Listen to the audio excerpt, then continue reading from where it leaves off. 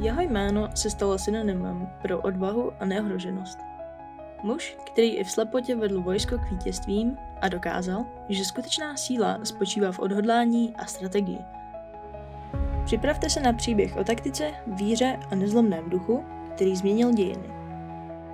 Tohle je příběh Jana Žižky. Podle legendy spěchala Žižkova matka z práce na polích, když ji cestou domů zastihla bouřka. V tu chvíli, pod dubem u Trocnova, se v roce 1360 narodil Jan Žižka.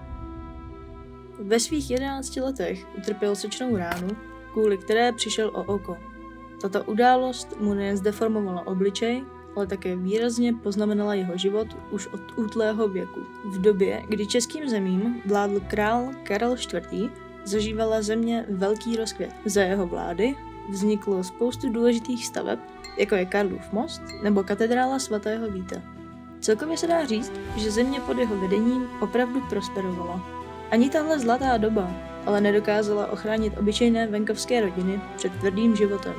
Žižka vyrůstal v prostředí, kde byly konflikty o půdu a majetek na denním pořádku.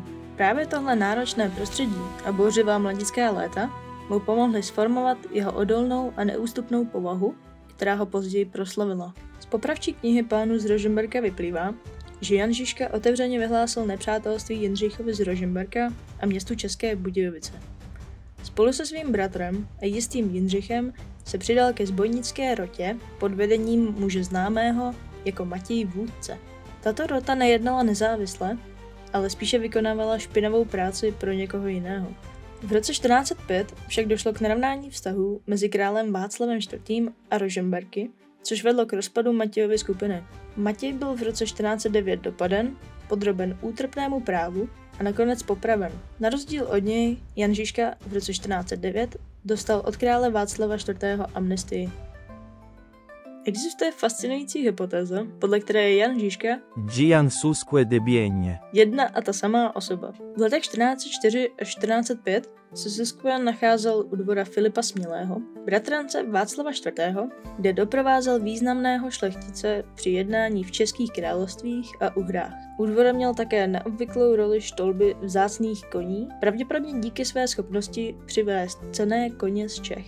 Podle Matěje Vůdce byl Žižka velmi zdatný v obchodování s kradeným zbožím, což by mohl být další náznak, že Susque a Žižka byli jednou osobou. Na konci dubna 1409 byl Susque součástí poselstva, které jednalo s Václavem IV. O sňatku Elišky z Hořelecké. 3. července 1409 byl Susque vyslán jako kurýr k českému králi, což byl tentýž měsíc, kdy Jan Žižka obdržel milost. Mezi lety 1409 a 1411 sloužil Jan Žižka jako žoldnéř v armádě polského krále Vladislava II. Jagely, kde se účastnil bojů proti řádu německých rytířů. I když není jasné, zda se přímo zúčastnil slavné bitvy u Grunwaldu, víme, že se podílel na vojenských operacích, které následovaly po tomto konfliktu. Kromě toho existují i nepodložené zmínky, že Žižka mohl bojovat během stoleté války ve službách anglického krále Jindřicha V. a také, že sloužil v různých zemích, jako byly Uhry, Dánsko či Dolní Sasko. 30. července 1419, v okamžiku, kdy se rozlícený dav stoupenců Jana Husa, včetně Jana Žižky, zmocnil novoměstské radnice v Praze, došlo k dramatickému vyhození konšelů z oken na rozzuřený dav. Tento výbuch napětí znamenal začátek husitských válek.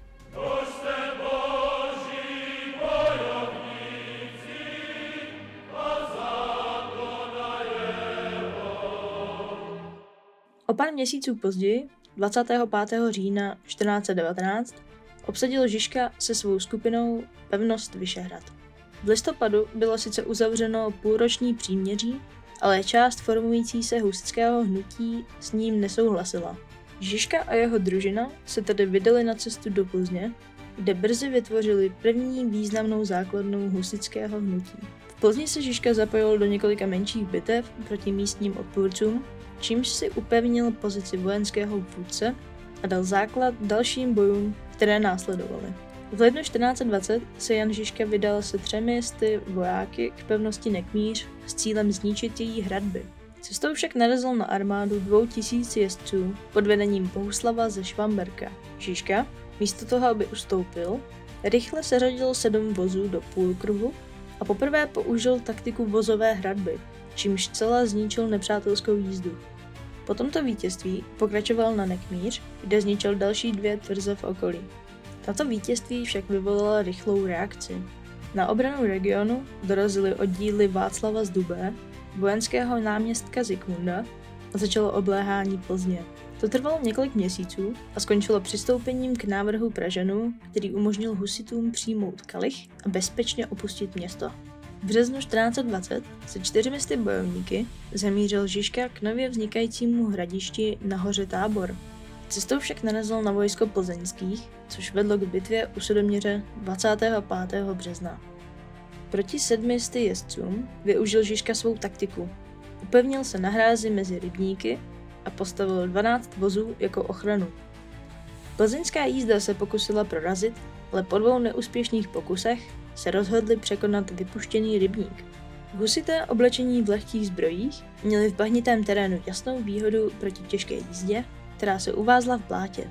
Bitva u Sudoměře tak ukončila první etapu sjednocení husitského hnutí a upevnila Žižkovo postavení jako jednoho z největších vojenských vůdců této doby. V témže měsíci na žádost Zikmunda vydal papež Martin V. bulu, která vyhlásila křížovou výpravu proti kacířským Čechům. Rychle sformované vojsko křižáků v čele se Zikmundem na začátku května obsadilo Hradec Králové a začalo se připravovat na tažení směrem k Praze. Pražané se pokusili vyjednávat se Zikmundem o možném kompromisu, ale jednání brzy ztroskotala. V zoufalé situaci se rozhodli požádat o pomoc Tábor a 18. května vyrazilo přes 3000 bojovníků z Tábora, vedených Janem Žižkou. Na cestě se v noci střetli s částí křižové výpravy, která čítala více než 12 000 mužů. I přes početní nevýhodu se Žižkovi podařilo rychle sformovat vozovou hradbu a úspěšně odrazit noční přepadení. Po vítězství dorazili 20. května do Prahy, kdy křižáci pod Zikmundovým vedením začali obléhat město. Zikmund si brzy uvědomil, že přímý útok na pražské hradby by byl katastrofální. Rozhodl se tedy město obklíčit a vzít ho do kleští, ale k tomu bylo potřeba ovládnout strategický bod – Vítkov. Zikmundova armáda naplánovala klamné útoky na Karlův most, Nové Město a východní hradbu, zatímco hlavní útok vedl směrem na Vítkov. Útok na Vítkov vedli křižáci pouze přes úzkou šíji, jen několik metrů širokou. Ale i přesto se nakonec dostali ke Sroubům, kde na ně čekalo pouze 29 husitů v čele s Janem Žižkou. Pražané, kteří boj na Vítkově nehodlali nechat bez povšimnutí, shromáždili oddíl asi 50 střelců a oddíl třepníků, vedený knězem, a vydali se do kopce na Vítkov. Překvapivý útok husitů, který přišel z jižní strany, zaskočil křižáky, kteří byli postupně zatlačeni až k strmému severnímu svahu. Panika vypukla mezi zadními jednotkami, které začaly prchat z bojiště, a přední část armády byla tlačena ze svahu na pospas svému osudu. Křižáci prchající z Vítkova sebrali jednotky na Špitálském poli a začali se stahovat na druhou stranu Vltavy.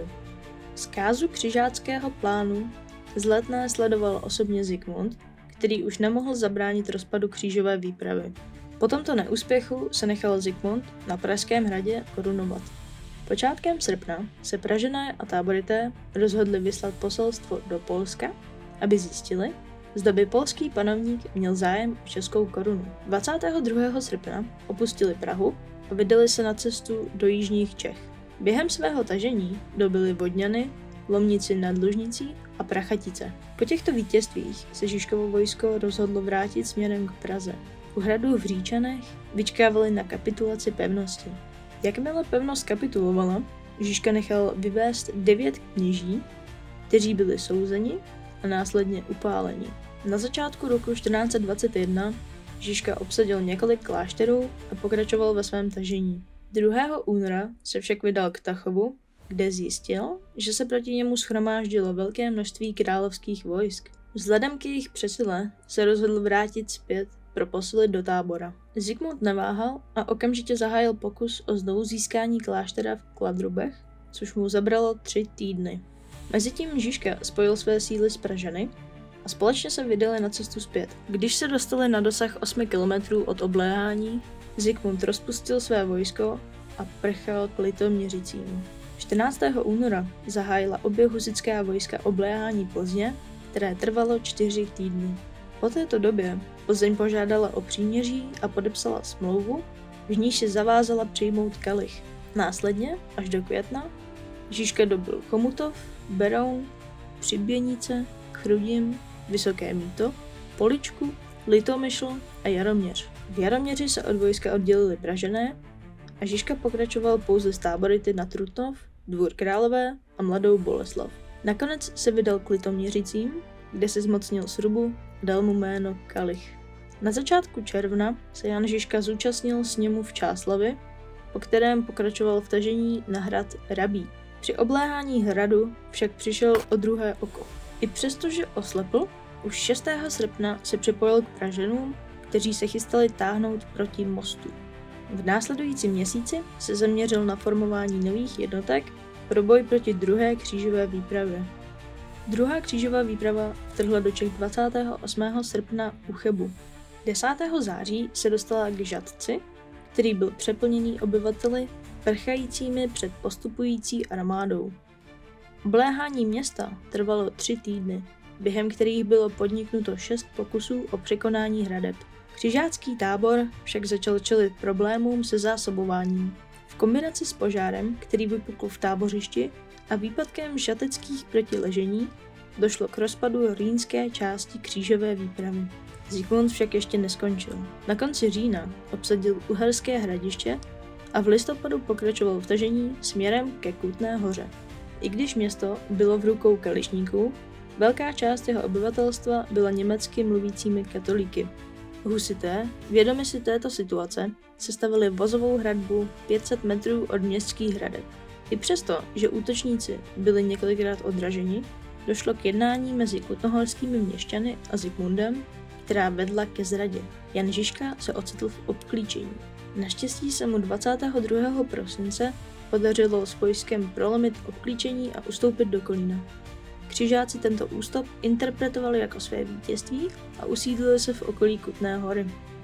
Jan Žižka, doplniv síly u Kolína, 6. ledna 1422 zcela překvapil tábořící křižáky a ti, naprosto nečekaně, podlehli rychlému útoku a dali se na ústup.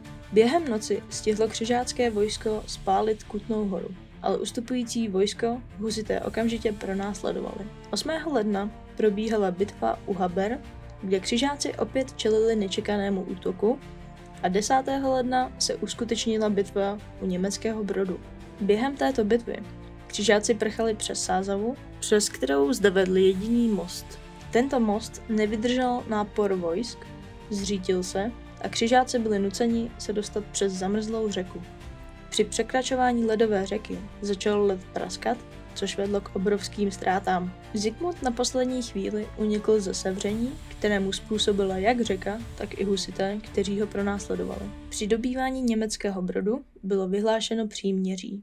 Část husitského vojska, neuznávající tento dočasný klid, se rozhodla pokračovat v útoku.